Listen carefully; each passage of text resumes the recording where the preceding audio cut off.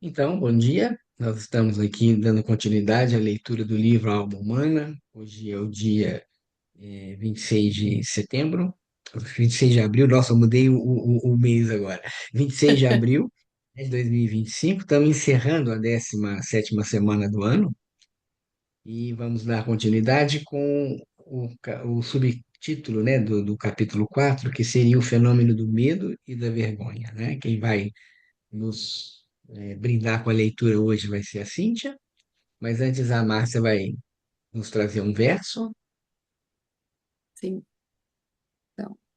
Onde finda o saber dos sentidos, só ali se ergue o portal que abre realidades da vida ao ser da alma. A chave, a alma a cria quando se fortalece na luta que potências cósmicas em seu próprio terreno travam com forças humanas. Quando, por si, espanta o sono que as forças do saber, em suas fronteiras sensórias, envolve em noite do espírito. Rudolf Steiner. Obrigado. Cíntia? Então, nós estamos na página Subtítulo 72, né? 72. Subtítulo 4.3: O fenômeno do medo e da vergonha.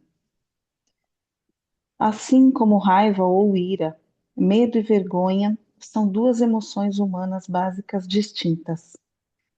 Todos conhecem a experiência do medo, assim como a da vergonha.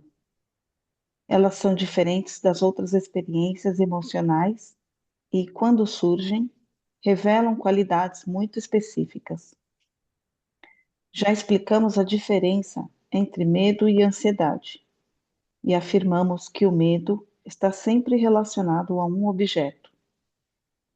Essa é a diferença fundamental entre ambos, pois a ansiedade ocorre sem estar dirigida a algo exterior. É uma emoção bastante genérica. O medo é especial. Ele ocorre durante uma situação específica e, tão logo as condições tenham sido alteradas, desaparece novamente. O temor nos arrepia, trememos, suamos, os dentes batem, empalidecemos, ficamos tensos e rígidos. Não há urgência ou intenção de fugir, porque estamos muito apavorados para tirar os pés do chão. O medo agarra com tanta força que ficamos imóveis. Ele envolve todo o nosso ser, como se pudesse esmagar a alma e o corpo. A vergonha nos oferece uma experiência bastante diferente. Ao invés de ficarmos tensos e contidos, sentimos como se fôssemos dissolver e derreter.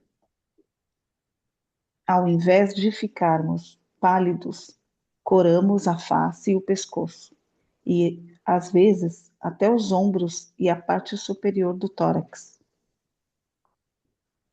Às vezes, podemos suar um suor quente, e não o suor frio que experimentamos no medo. Essas duas emoções são fenômenos polares. Contudo, permanecem juntos como dia e noite, ou luz e escuridão. Contraímo-nos no medo. Os capilares da pele se contraem e o sangue foge da superfície do corpo. Expandimo-nos na vergonha, expandimo-nos na vergonha. Os vasos sanguíneos da pele se alargam e o sangue vem à superfície das partes superiores do corpo. É um fato bem conhecido que em algumas pessoas, especialmente as que pertencem a povos acostumados a viverem quase nus, o rubor é mais ampliado. São conhecidos casos de pessoas que enrubescem até o abdômen e a parte superior da coxa. Aí tem um rodapé aqui do Mitchell, é um livro de 1905. Esse fato pode indicar que talvez o ser humano corasse toda a sua pele em épocas passadas. Ainda desenvolvemos a palidez de todo o corpo no medo. Nem medo, nem vergonha podem ser explicados de forma racional. Não existem razões óbvias e conhecidas para o surgimento dessas duas condições bem desconfortáveis e indesejáveis da vida interior. Ambas evidenciam algo que é desconhecido no cotidiano. Tanto no medo como na vergonha, estamos face a face com uma experiência que surge repentinamente. Alguma coisa imensurável abre-se à nossa frente. É como se o pano de fundo insondável de toda a vida e ser aparecesse. Os pensamentos começam a correr como formigas irritadas. Sentimos-nos culpados. Pensamos na vida e na morte, em Deus e em nossas falhas. A consciência arrasa a mente. Sabemos que outro campo de existência completamente diferente abriu-se para nós, mas somos impedidos de ter discernimento deste novo mundo. Uma porta se abre para um lugar que, em geral, é terreno proibido. Este acontecimento é tão súbito que ficamos assustados e dificilmente ousamos chegar perto desse limiar. E rapidamente a porta fecha-se de novo. Ansel, aqui na nota de rodapé, nome de um livro também em alemão, diz: o medo tem algo dilacerante. Forças opostas aparecem. Essa tendência à cisão é oposta à do polo da coragem, que tem uma força coesa e concentrada. Aristóteles sabia disso e chamou o medo de um tipo de opressão, uma forma de confusão. A pessoa que está com medo esquece-se de si mesma. Não apenas tenta escapar do perigo, tenta fugir de si mesma. O medo é uma das raízes emocionais dos conceitos religiosos. O homem aproxima-se de Deus com medo. Se ele não consegue, age frivolamente e a ira divina é evocada, o que o amedronta. Nessa descrição é apresentada a experiência do desconhecido. O medo parece ser um evento metafísico. Leva-nos a um limiar que somos incapazes de cruzar. O medo nos conscientiza da existência deste limiar, mas não do que está além. Todas essas reflexões agora fazem surgir uma questão específica. Quando e sob que circunstâncias o medo aparece? Muitas pesquisas foram feitas e cito alguns dos resultados. Aqui, outro rodapé, Gersild, um outro livro de 1954.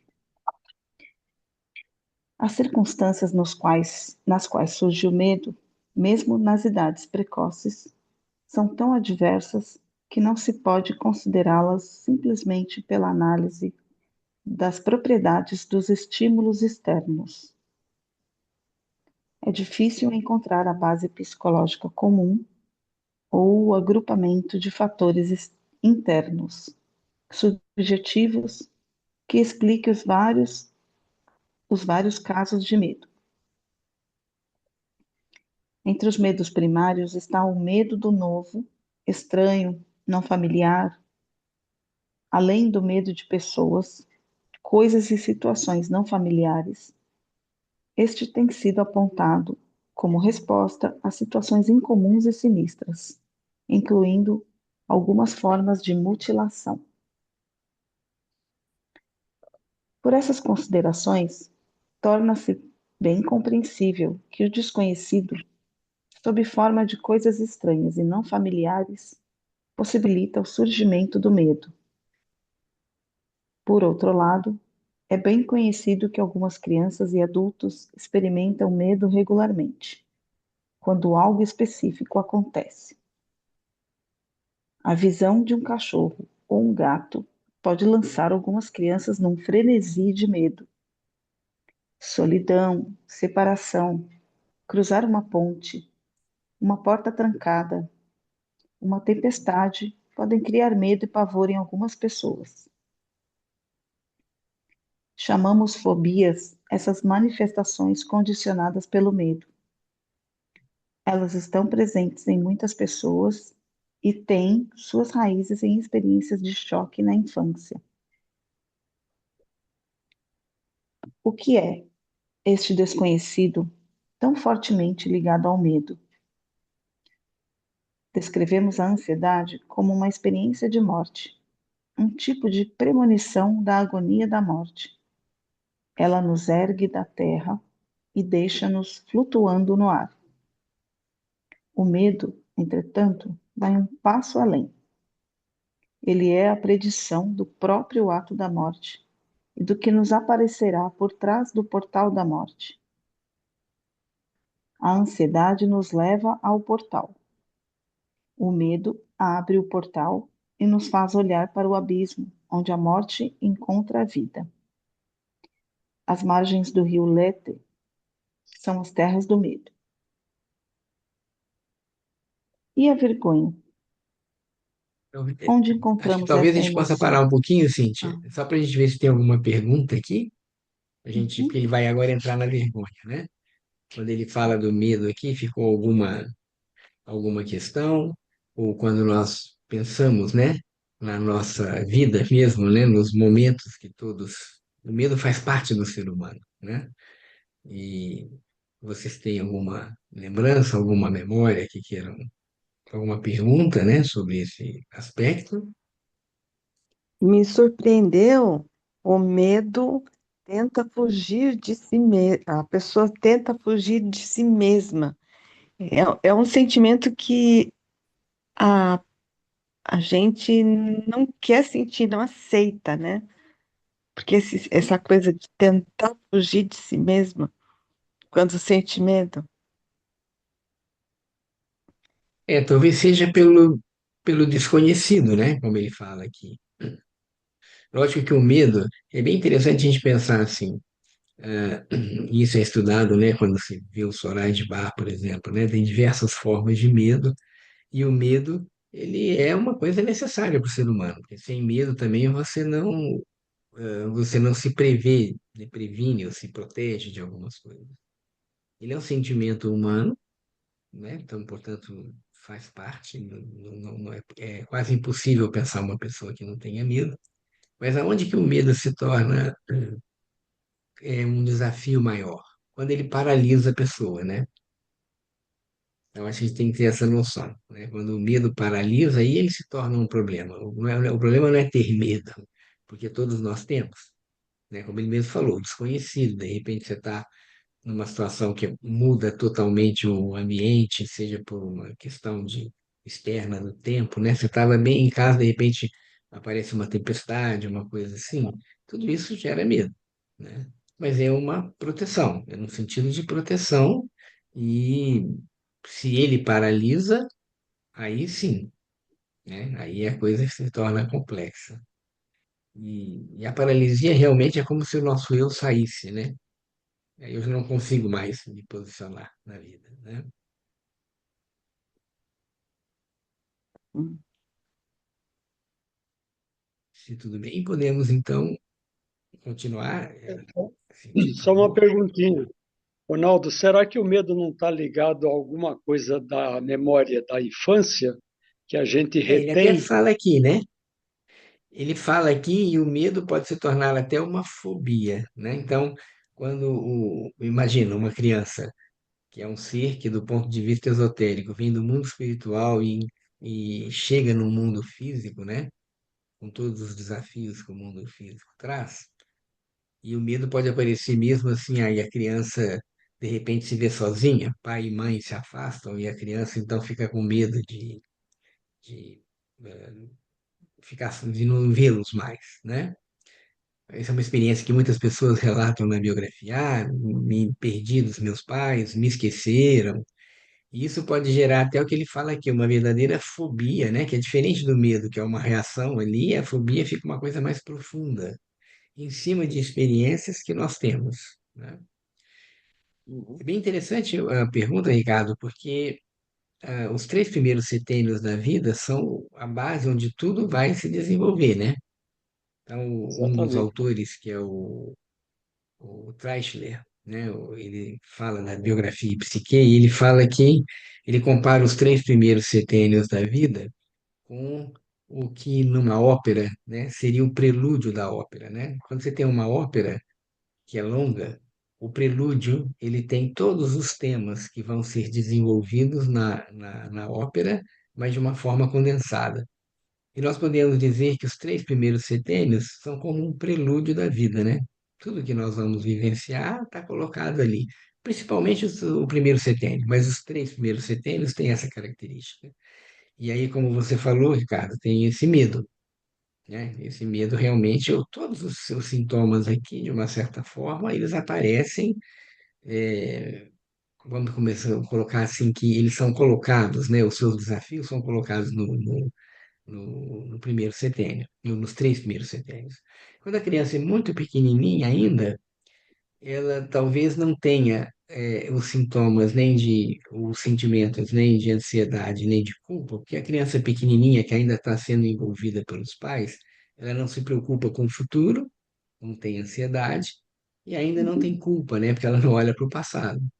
Esses são sintomas, são sentimentos que vão surgindo ao longo da biografia, né? Mas especificamente aqui, como você falou, como o medo é uma necessidade de defesa, ele já está presente bem tenramente, né? Não sei, Ricardo, era essa a sua observação? Era isso? Porque eu tive uma experiência quando criança de ter ficado numa varanda de uma casa que eu não lembro, porque era bem pequeno, e apareceu uma aranha nessa varanda. E é um animal que sempre me traz uma certa apreensão Sim, quando eu vejo. Eu não tenho uma empatia com uma aranha, não consigo ter. Com os outros animais, qualquer um deles, não tenho nenhuma recordação. Por sim, mais pavor que uma onça, alguma outra coisa possa. Até quando eu pratiquei, fiz uma prova de mergulho, né, numa profundidade que o mar não estava limpo, não tive medo nem de tubarão dentro d'água. Podia ter, né? Mas não tive. Agora, a aranha parece que marcou na sim. mente uma presença do medo, né? Que até hoje ficou marcado, como se fosse uma matriz, né? Por isso que eu associei o medo a algum acontecimento, algum evento na infância que provocou isso, e a reação do organismo vai ser sempre maior, né, do que outras coisas, né? Sim.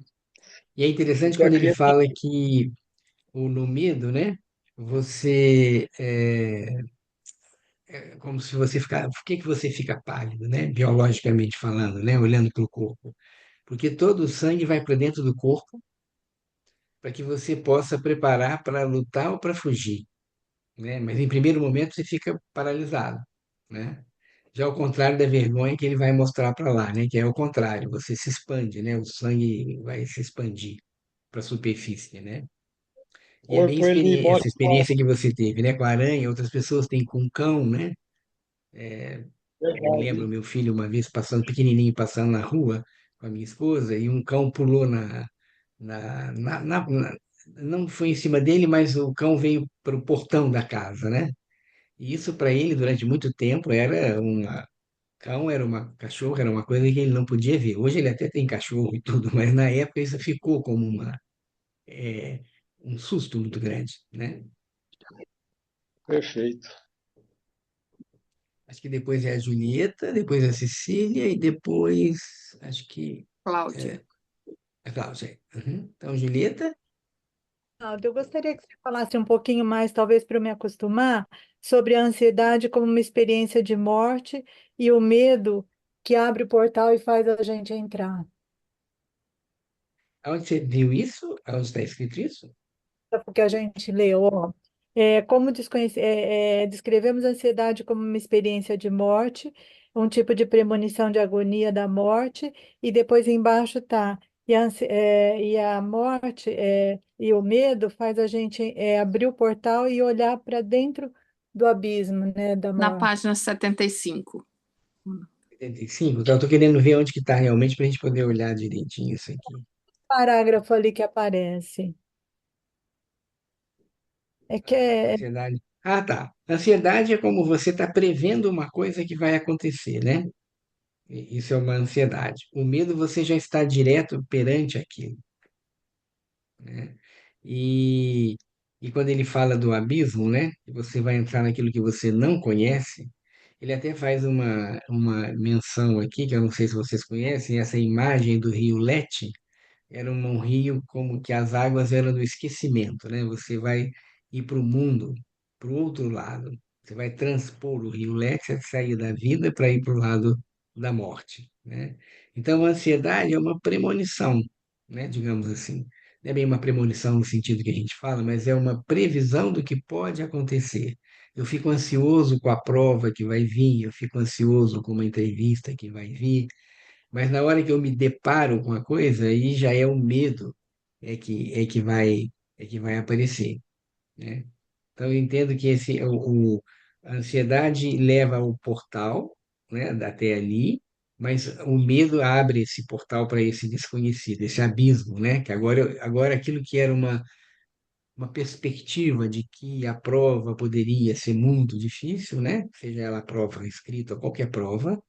Agora, quando eu deparo com a coisa, se eu não estou preparado realmente, aí cada vez mais eu estou no medo, mas aí eu já estou na situação, né?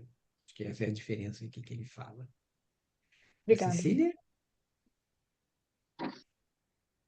Então, professor, eu tive a ocasião que eu fui fazer aquela constelação familiar e teve um momento que me deu medo e estava tudo escuro. E aí na constelação, porque eu estou lembrando do que Ricardo falou, né? Dessa coisa da infância. Eu estava na barriga da minha mãe e ela estava ameaçada pelo irmão dela, de brincadeira. Ele pegou um guarda-chuva, falou que era um revólver e que ia tirar, que era uma espingarda. Só que ele tinha botado aquele chumbinho, né? E deu aquele estalo mesmo de coisa, e ela levou um susto, eu estava perto de nascer. Então eu tinha aquele medo, eu não sabia explicar. E aí na constelação foi. E aí ele associou que aquele medo que eu tinha daquela escuridão, de uma violência, de uma coisa assim, quer dizer, na realidade, para minha mãe, foi uma brincadeira, né? Que ele estava falando, olha, eu faço de um guarda-chuva uma espingarda e atira. Era bem mais novo que minha mãe, né? Mas só que ela estava grávida e ela assustou. Era de noite e tal. Então, eu lembrei do Ricardo que, às vezes, quando a gente é novinho, né? Pequeno, criança, se realmente isso aí não teria uma marca grande, né? Que, claro, como seu filho se resolveu depois com o cachorro, eu também e tudo, né? Mas era só essa colocação. Sim. Obrigado, Cecília. E Cláudia?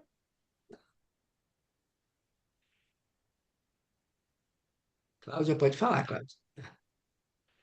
Acho que você está sem som. Ah, agora. Sim, eu vou falar só um minutinho, porque eu não estou lhe ouvindo. Eu vou tirar aqui do meu. Agora sim, está me ouvindo? Estamos te ouvindo, Sim. estamos te ouvindo. Obrigado. Ótimo. Então, Ronaldo, eu queria só resgatar uma expressão que você usou, porque assim, o medo é uma emoção básica, ele pode levar à luta, à fuga ou congelamento. E você Uhum. disse que se a gente equivalesse a nossa experiência a uma ópera, o prenúncio dessa, o início dela seria o primeiro setênio, Até onde os essas 3 primeiros experiências, setembros, né? Aham. os primeiros setênios. Aí eu queria te perguntar, o que seria dito sobre essa influência familiar no medo que a pessoa sente? Porque, por exemplo, se eu estou num campo familiar onde as pessoas têm esse medo muito ativado, essa experiência ela chega para mim. E eu queria que você colocasse mais palavras sobre isso, né? A influência do medo, da intensidade do medo, a depender do campo familiar onde eu estou. Se isso tem algum impacto na visão da antroposofia ou não. Tem. Depois a Márcia também pode falar um pouquinho da constelação, né, Márcia? Se você pode completar, Márcia Lucena. O que a gente vê é o seguinte: a nossa biografia ela transcorre o tempo inteiro entre o que é o meu mundo interno e o mundo externo, né?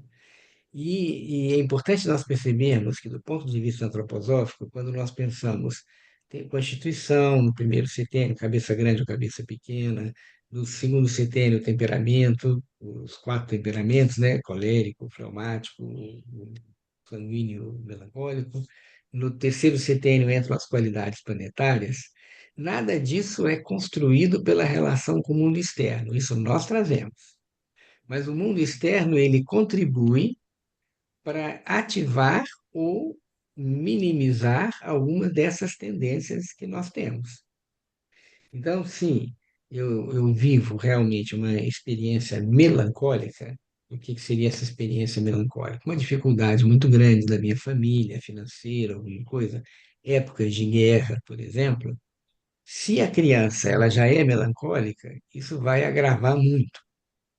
Se a criança já é colérica, sanguínea, isso vai ter uma outra importância.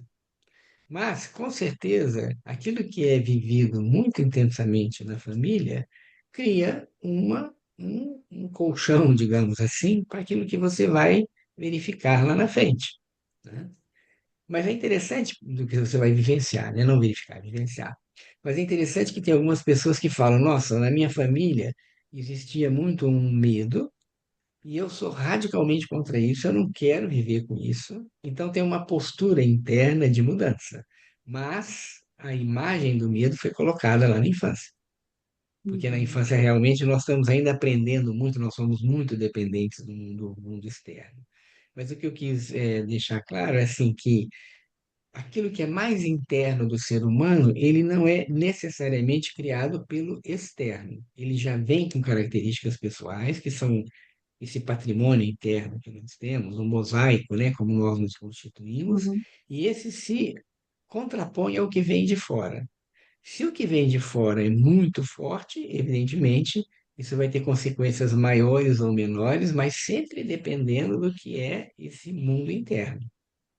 Mas não podemos nunca esquecer, né? Então, por exemplo, como eu falei, imagina uma criança que nasce e que vive num ambiente com os desafios normais da vida, né? De família, mas é uma vida que corre tranquila, ou você vive num ambiente onde, o que vivemos hoje muito em dia, né? Guerras, onde os pais morrem, onde tudo está sendo destruído, tá? Com isso bem diferente, né?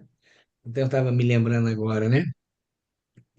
Eu sempre me lembro desse evento, né? Quando nos anos 60 nós tivemos dois grandes incêndios no Brasil, né? O Joelma e o Andraus, né? Uhum. Acho que um foi no Rio, o outro foi em São Paulo. E os sobreviventes, né? Como que fica o sobrevivente, né? Só um minutinho, gente, eu tenho só que ligar a bateria aqui que está acabando. Qual é a reação dos sobreviventes, né? Eu me lembro que quando aconteceu aquilo, eu era criança e via na televisão, né? E ainda criança eu imaginava, nossa, uma pessoa dessa deve ter medo até de acender um fósforo, né? Pela imagem do fogo, né? Eu me colocava na situação e pensava isso, né? Mas olhando para as pessoas que sobreviveram, né? Como que as pessoas sobreviveram depois, né? Como elas continuaram a vida em relação ao fogo, que é uma necessidade da vida. Você também faz parte, faz muitas coisas com fogo, né? Então aí fica, a experiência é a mesma para aqueles que sobreviveram, para todos, mas vamos pensar nos que sobreviveram, mas a reação aí vai ser diferente. E eu não me lembro, naturalmente tinham crianças, isso agora eu não me lembro disso, mas imagina a diferença também de um adulto e uma criança perante a mesma situação, né? Não sei, era isso, Cláudia, que você estava. Eu queria te ouvir um pouquinho mais. Muito obrigada, Ronaldo. E não sei Gra- se a Márcia quer completar alguma coisa com relação Não, à tá constelação. perfeito o que você trouxe. Eu só queria salientar também que a gente, quando o Ricardo trouxe a Cecília, que a experiência do medo como uma memória corporal também. Que a gente, como diz o Ricardo, eu posso olhar um tigre, não sei que qualquer outro animal, mas uma aranha, ele traz a memória dessa experiência que foi vivida novamente Sim, para o corpo, apesar de você ser um adulto, de saber que está ali, a aranha tem isso, e aquilo, mas o corpo traz essa memória, né, à tona. Como ele traz aqui, o medo contrai, então a vergonha expande, né? Então o medo vai contrair todo o corpo nessa experiência, né? Então traz isso, essa memória à tona também.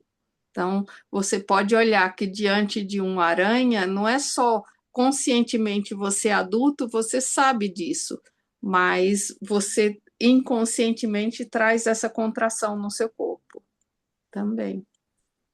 E É aí bem legal que você, revive né, esse momento.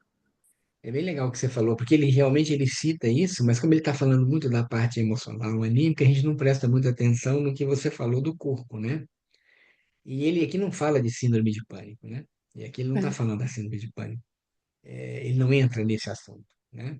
Mas é interessante pensar que muitas vezes uma pessoa quando entra em síndrome de pânico, que aí realmente você abriu a porta do abismo, né, a Julieta, pensando no que você falou, né, que a síndrome de pânico é realmente uma paralisia total.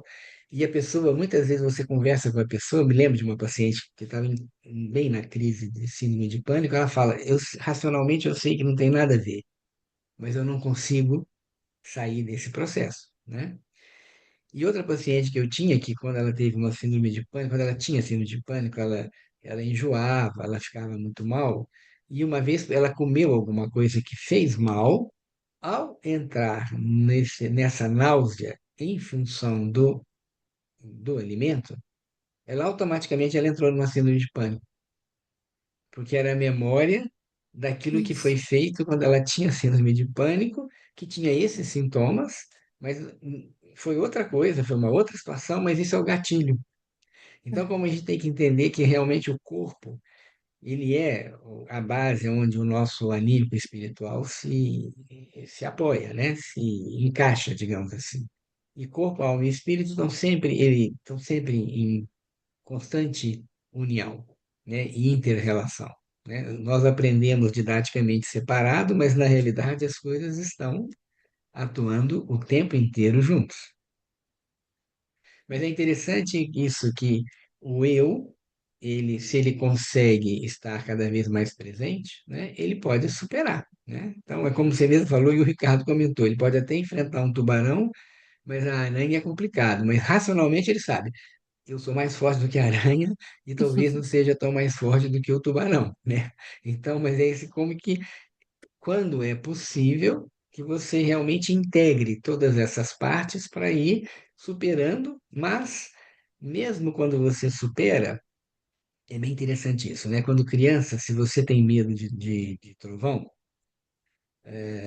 quando você cresce, você racionalmente sabe, gente, você pode fazer todas as hipóteses, né? Quando o trovão veio, o raio já caiu, eu já sei que tem, eu sei que eu não tenho maior risco. Mas na hora que o trovão você ouve o trovão, lá internamente a alma se mobiliza da mesma forma, né? Eu posso tomar atitudes diferentes, mas o que pega ali, né, foi gravado na alma, né? Essa imagem. isso. É um pouco também o que a Cecília trouxe de quando estava na barriga da mãe, que a mãe teve esse medo, e esse medo passa, né, para essa criança, né? Sim. E que diante do estímulo externo ela não sabe, é um desconhecido, né? Ela também vai trazer a mesma contração no corpo, né? Diante disso. A gente também vê. Eu estava com uma pessoa falando sobre o nascimento dela, e foi um nascimento de fórceps. E também essa mesma experiência desse nascimento de fórceps num bebê é o quanto que ele, quando adulto, né, que ele vai para alguma experiência nova, ele traz um pouco dessa memória, né, do quanto ser difícil para ele fazer algo novo, parece que tem que ser tirado realmente, a cada nova experiência ser tirado como se fosse um novo nascimento, a fórceps, né? Então, como isso fica presente também na experiência, tanto na alma quanto no corpo, né? Como você Sim. disse, o corpo está ali, né? Vivendo as experiências da alma e do espírito. A gente aprende separado, mas está ali num só movimento, né? Obrigado, Márcia. E a Nina?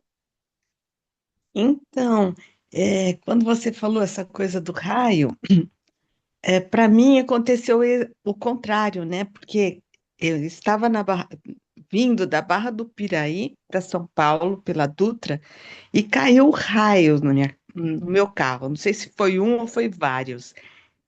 E a partir daí eu já não tenho mais medo do raio, porque não aconteceu nada comigo, né?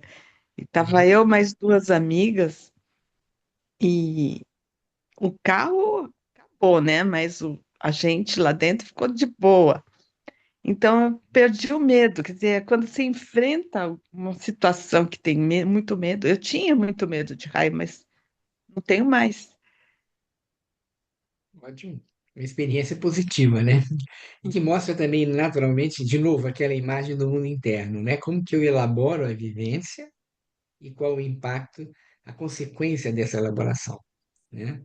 Pode ser um recrudescimento do medo, ou pode ser falou, não, agora eu vivi essa experiência e não tenho mais como, não preciso mais, né, sofrer sobre isso, né? Obrigado, Nina, pelo relato. Acho que podemos continuar com. Agora vamos para a vergonha, né? Saindo do medo, vamos para a vergonha. Vamos lá como é que é, Cíntia, pode ir. Eu só vou falar uma coisinha assim para fechar. Como eu já ia ler, né? Não levantei a mãozinha. Mas sobre o medo, sobre lá na formação, né? Quando a gente olha para o momento do nascimento e como foi, como a gente nasceu, no começo eu pensava assim, nossa, mas o que que isso, né? O que que tem a ver? Porque eu não lembro, né, desse momento. Foi comigo, mas eu não lembro. Mas depois na pesquisa, principalmente, né, comigo, eu vejo como isso é, fala muito sobre como a gente vai vivendo a vida, né? Como a gente vai enfrentando as coisas na vida, né? Olhar para esse lado para esse lugar, né? Como foi a forma, como aconteceu, abre-se tantas possibilidades de você olhar para sua vida atualmente, cada momento que acontece uma coisa que me paralisa, um medo, né? Nesse caso, eu olho para esse lugar, nossa, como é que foi aquele momento, né? E aí eu tô tendo uma reação de acordo com o conhecimento que eu tenho, né? De quando eu nasci, perguntando para a mãe e tal. Eu falo, nossa, como isso tem ligação, né? Aquilo que aconteceu comigo quando eu nasci se reflete, né, na minha vida, assim, é muito interessante. E como também a gente pode ir trabalhando em cima disso, né? Porque quando a gente é criança, igual a Márcia falou, a gente incorpora o medo. Porque a gente não tem um eu ainda para falar, eu posso lidar com isso. Então aquilo fica marcado, né? E aí quando acontecem as situações ruins, como é inconsciente, aquilo pula na nossa frente e a gente, pá, reage daquela forma que a gente não sabe como. E, né, nem da onde veio. E eu acho que olhar para esse lado, né, desse lugar de como a gente nasceu, como é que foi, quando, o que que aconteceu, eu acho que é uma forma também de ampliar, né, assim, de clarear um pouquinho, né, desse medo desse desconhecido, que é um desconhecido, né? A gente nasce e é o desconhecido, né? Muito Nascer é um interessante. desconhecido, né? Literalmente é o Tem- nascer para o novo, né? Como a Márcia também falou ali agora, né? O parto a fórceps que foi necessário e que o indivíduo sente que toda vez que ele nasce, como se tivesse um grande fórceps que puxasse, né, para uma nova experiência, né? Essa vivência realmente é bem intensa, né, no nascimento. E tem muitos estudos sobre isso, né? Mas vamos seguindo, então. Vamos lá. E a vergonha? Onde encontramos essa emoção tão peculiar e especial? Mitchell, aqui na nota de rodapé da página 73, diz: o estado da consciência durante o rubor, amplamente descrito, é de confusão. A pessoa que cora tem o sentimento de que sua vontade é suplantada e ela se torna consciente de um sentimento de desamparo e confusão. Ela sente que seus olhos são irresistivelmente levados a fechar-se e que ela não pode encarar os espectadores ou testemunhas que estão olhando para ela. A gagueira e o titubeio de quem enrubesce são frequentemente citados e têm sido observados por mim. A pessoa ruborizada parece esconder sua cabeça, de vergonha. Pelo menos ela evita o olhar do espectador. Existe um ditado gaélico que descreve uma menina que cora. Sua face ilumina-se com vergonha. Essa descrição é bastante apropriada, porque se refere à luz interior que vemos na pessoa envergonhada. Sentimos que este indivíduo é atingido por um súbito ataque de modéstia. Ele reconhece sua humilde existência. São principalmente os jovens que coram. Quanto mais velhos nos tornamos, quanto mais realizamos, conquistamos e sofremos, menos expressamos a emoção da vergonha. Entretanto, devemos distinguir entre o ato de corar de vergonha e o sentimento mais interior de estar envergonhado. Ambas as condições são intimamente ligadas, mas diferentes, não apenas na intensidade, como na qualidade. O estado de corar de vergonha é uma emoção súbita, involuntária, que domina o indivíduo. A experiência de sentir-se envergonhado é muito mais íntima e ocorre no centro da alma, sem qualquer sinal exterior. Essa segunda condição tem uma qualidade moral. Está relacionada ao sentimento de culpa. Estamos feridos e subjugados. O ato de corar de vergonha não aparenta carregar nenhum valor moral. A palavra vergonha está relacionada à palavra francesa chemise, não sei se é assim que fala, que corresponde à inglesa shirt e à alemã Hemd. Todas elas têm raiz na expressão gótica ga-ramon, que significa vestir ou cobrir. Aqui, a sabedoria da linguagem revela um dos segredos da atitude de vergonha. Cobrimos a face com rubor. Por que cobrimos? Relembramos como Adão e Eva repentinamente perceberam que estavam nus e cobriram sua nudez com folhas de figueira, quando comeram da árvore do conhecimento. Pensamos na experiência de vergonha que os filhos de Noé sentiram quando viram seu pai nu, bêbado, estendido na tenda.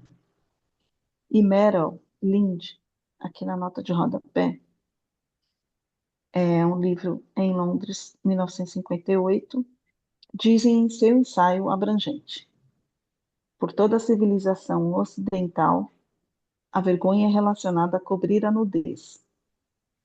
Os termos Scham e Shamgefühl, em alemão, fazem referência a cobrir a nudez, e Scham é a parte de palavras composta particularmente referentes aos genitais femininos.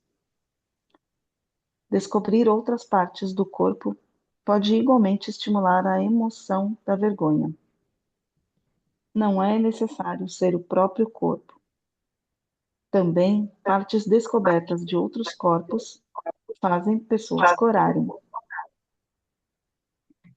Porque algo que deveria permanecer oculto é repentinamente exposto.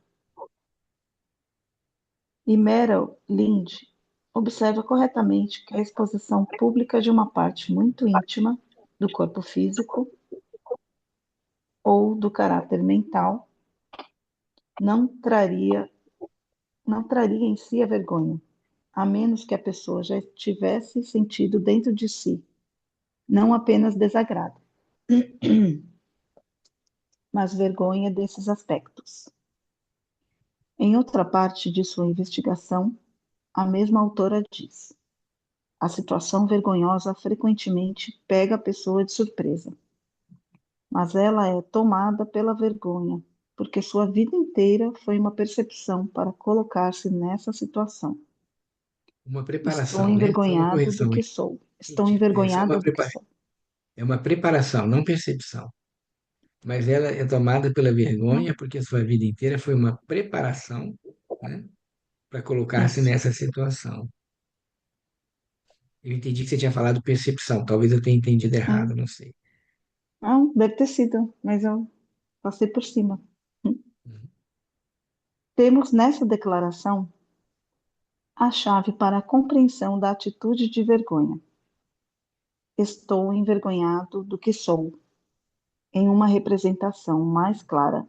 Anders, aqui na nota de rodapé 36, de 1956, refere-se à vergonha como um evento no qual o homem é confrontado por um juízo superior a ele próprio. Essa corte superior lhe revela algo que ele não quer ser, mas que inevitavelmente é condenado a ser. O autor se refere a um corcunda que se sentiu publicamente envergonhado por ser aquele que tinha uma corcunda. Ele está envergonhado de ser o que é. Para ele, também, toda a vida tem sido uma preparação para deixá-lo envergonhado. Mas o que faz um jovem, homem ou mulher, repentinamente corar? Ocorre aqui uma experiência similar. Eles também se sentem envergonhados do que são.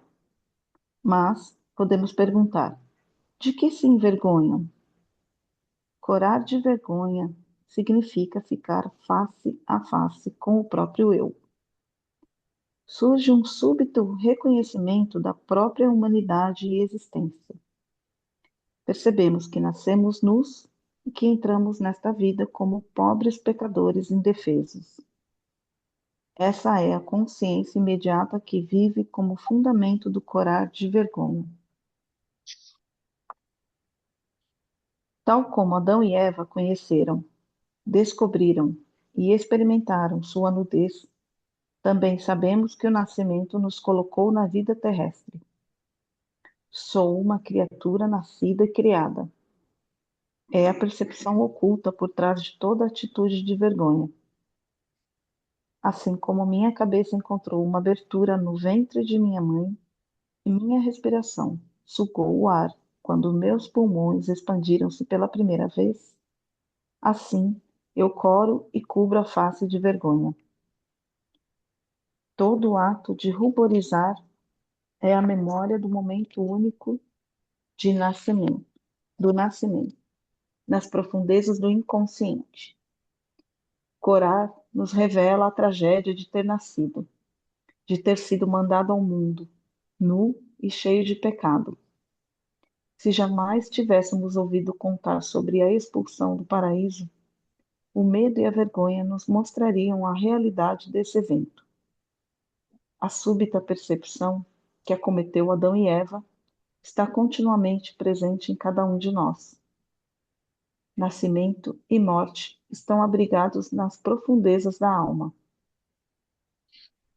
Quando o perigo aparece, a morte surge sob forma de medo.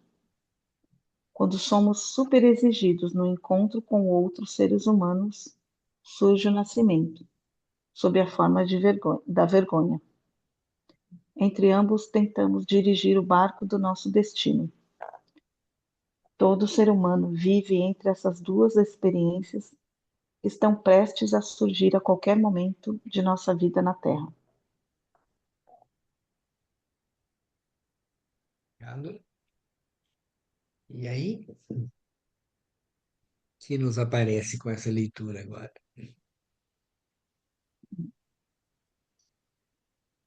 E o medo, assim, parece que parece não, né? O medo ele fala que está fora e a vergonha está dentro de nós, né?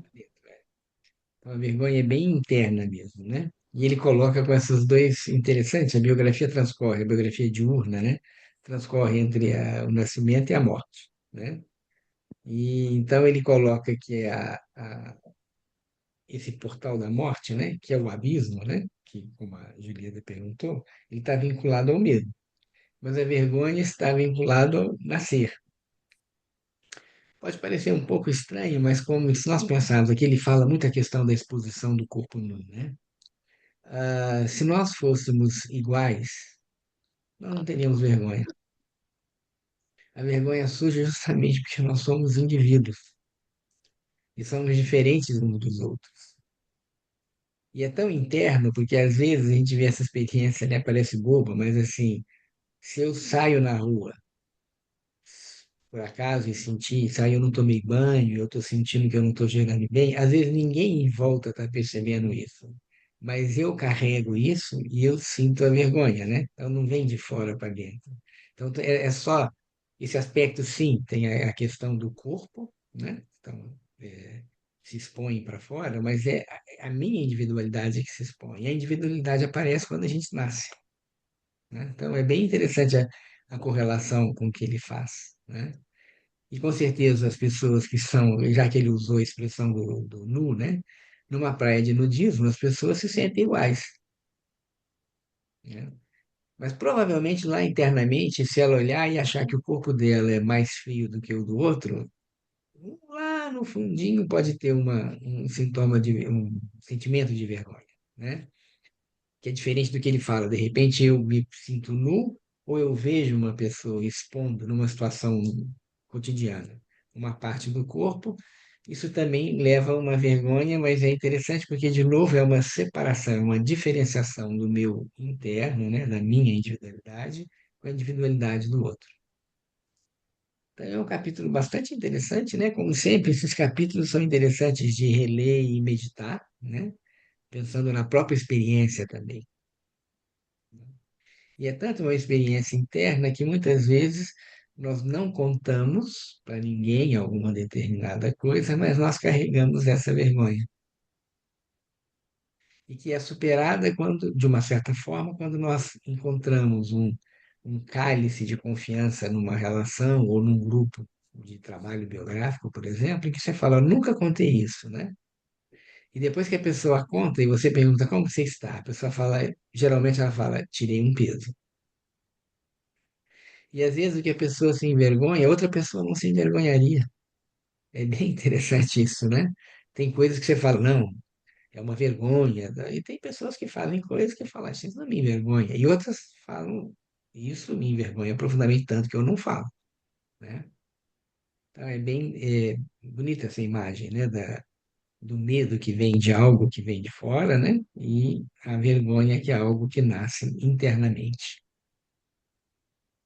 O envergonhar. E ele fala da qualidade moral do envergonhar, Sim, né? Porque sou eu que boa. dou essa qualidade, né? Uhum, Esse, sim. esse julgamento, né? Que é um Uhum. julgamento que eu faço interno, né? É porque é interessante você falou, né? Porque quando eu vejo uma criança ou uma pessoa que apresenta medo, você nunca fala da questão moral, É, né? Você pode falar assim, você está fraco perante a vida, né? Isso não é uma questão moral. Mas quando você vê a vergonha é uma questão moral, né?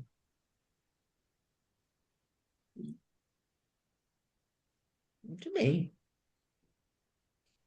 Terminamos aqui esse subcapítulo, né? E na próximo sábado, a continuidade onde ele vai falar, porque esse primeiro capítulo começou com a ira, né?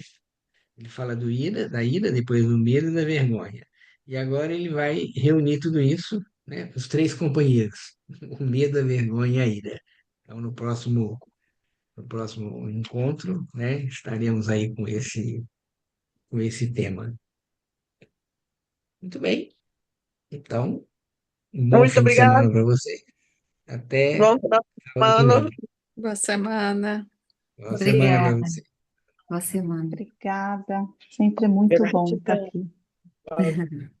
Boa semana. Bom sábado, Silvia. Bem-vinda.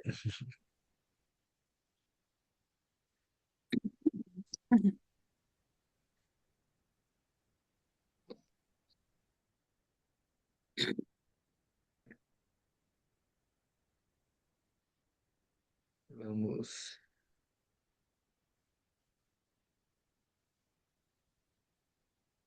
É bom exercer seu poder aí. Sim. Dá tempo de uma pergunta? Oi? Ivan? Dá tempo de uma pergunta? Sim. É, uns minutos para trás, o senhor falou do primeiro setênio, segundo setênio, terceiro setênio. No segundo setênio aparecem os temperamentos, no terceiro as qualidades Unidades planetárias. planetárias. Uhum.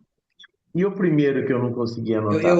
é a Constituição. Se a criança é de cabeça grande ou cabeça pequena. Tá certo, tá certo, certo, certo, certo. Ok, então, muito obrigado, hein? Desculpa, Dan. Nada. Bom dia, muito obrigada. Nada, Bom dia. Márcia. Eu desconfigurei aqui meu Zoom, por isso que está uma bagunça aqui, mas muito obrigada. Nada. Se quiser, eu posso te facilitar. Eu posso fechar para você. Tá bom? Por favor, porque está bem desconfigurado aqui, tá Tá aparecendo um monte tranquilo. de mensagem estranha. Obrigada, tchau. Nada. Tchau. Deixa eu fechar aqui que eu acabei. Opa! Não fechando. Eu vou pedir para ela depois Oi? se ela pode